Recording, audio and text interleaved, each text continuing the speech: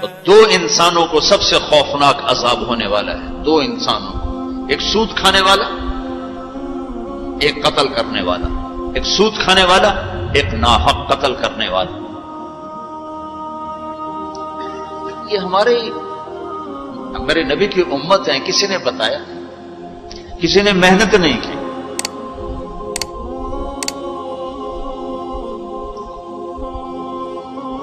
آخری حج کا خطبہ آپ نے جو دیا، ہر دفعہ یہاں سے بات شروع کی، تمہارے جان مال ایک دوسرے کے لیے قابل احترام ہے، کسی پہ ہاتھ نہ ڈالو۔ میرے نبی نے کبھی زبان سے کسی کو دکھ نہیں پہنچایا، کبھی زبان سے کسی کا نام لے کر اس کو رسوا نہیں کیا۔ زبان کی لگائی ہوئی آگ ہے جو آج سارے بھڑکتے ہوئے دیکھ رہے ہیں۔ تو بھائیو، محبت سے رہنا سیکھو، معاف کرنا، درگزر کرنا سیکھو، اپنے اللہ کے سامنے جھکنا سیکھو۔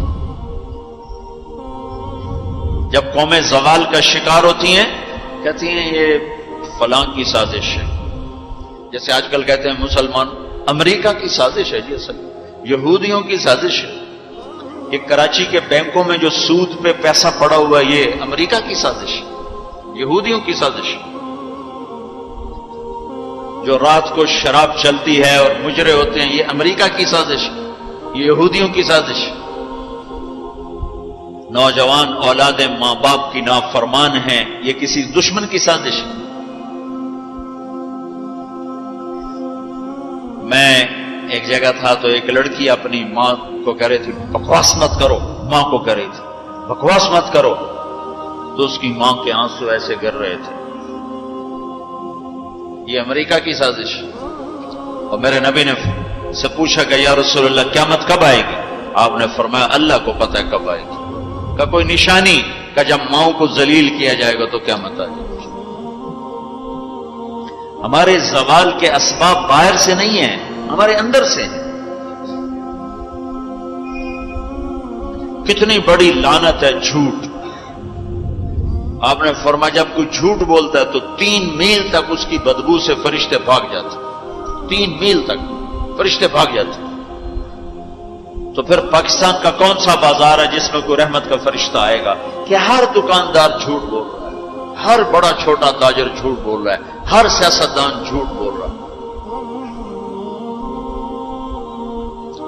ہر سے مراد ہے 100 میں 99 نہیں، 1 لاکھ میں 99,999، کوئی 1 لاکھ میں شاید ایک کوئی سچا مل جائے۔ اور جس قوم میں جھوٹ اور ظلم اور خیانت پھیل جائے وہ قوم تباہ ہو جاتی۔ ان کو کسی دشمن کی ضرورت نہیں ہے، وہ اپنے دشمن خود ہیں۔ جسے نشہ کرنے والے کا کوئی دشمن نہیں، وہ اپنی ذات کا دشمن خود ہے۔ تو ہم اوروں کو الزام نہ دیں کہ یہودیوں نے سازش کر دی اور عیسائیوں نے کر دی اور امریکہ نے کر دی۔ ہم نے اسپین سے آخری ملک تھا یورپ کے سفر میں اسپین، تو قدم قدم پہ میں رویا، قدم قدم پہ میں رویا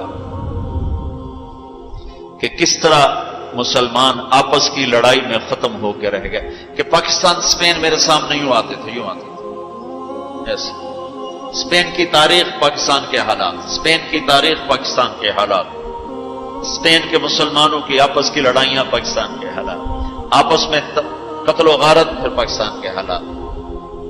تو اللہ تعالیٰ نے اس طرح ان کو مٹا دیا اسپین سے کہ ایک کلمہ پڑھنے والا باقی نہ بچا۔ مسجد قرطبہ جیسا شاہکار بیچ اس کے گرجا بنا ہوا ہے، صلیبیں لٹکی ہوئی ہیں، بت پڑے ہوئے ہیں، نماز منع ہے، بورڈ لگا ہوا ہے۔ تو میں وہاں محراب کے قریب جا کے کھڑا ہو گیا اور تصور میں دیکھنے لگا کہ یہ وہ جگہ ہے تاریخ سے سبق نہ لینا بھی بڑا اندھیر پن ہے۔ یہ وہ جگہ ہے جہاں یحییٰ بن یحییٰ اندلسی کے درس ہوتے تھے، علامہ قرطبی کی تفسیر چلتی تھی، ابن عربی کے تصوف کے نکات کھولے جاتے تھے، ابن حزم کے فقہی مقالات سنائے جاتے تھے، بقی ابن مخلد جیسی شخصیات یہاں بیٹھ کے قال اللہ قال رسول کہتے تھے۔ ننگی عورتیں پھر رہی ہیں نکریں پہنی ہوئی، وہ تو ایک ان کے لیے تفریح کی جگہ بنی۔ میں تو آنکھوں سے بھی رو رہا تھا اور دل سے بھی رو رہا تھا، اور زیادہ رونا اس پہ آ رہا تھا کہ اپنا ملک دیکھ رہا تھا کہ آج میرے ملک کے لوگوں کو ہوش نہیں ہے، وہ کیا کرنے۔ دین پہ نفرت، فرقہ واریت کی نفرت، سیاست کی نفرت، قوم کی نفرت، صوبوں کی نفرت، شہروں کی نفرت، زبان کی نفرت، کون کون سا زخم ہے جو اس جسم پہ نہیں لگا ہو، کون کون سے زہریلے تیر ہیں جو اس پر نہیں چلائے گے۔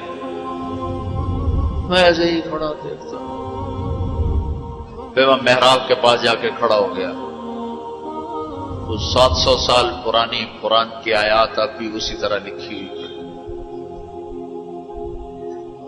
تو میں نے کہا یا اللہ، میں یہ نماز تو کوئی نہیں ہوگی، کسی کے نزدیک بھی ایسی نماز نہیں ہے، پر تو جانتا ہے کہ میں چاہتا ہوں میں اس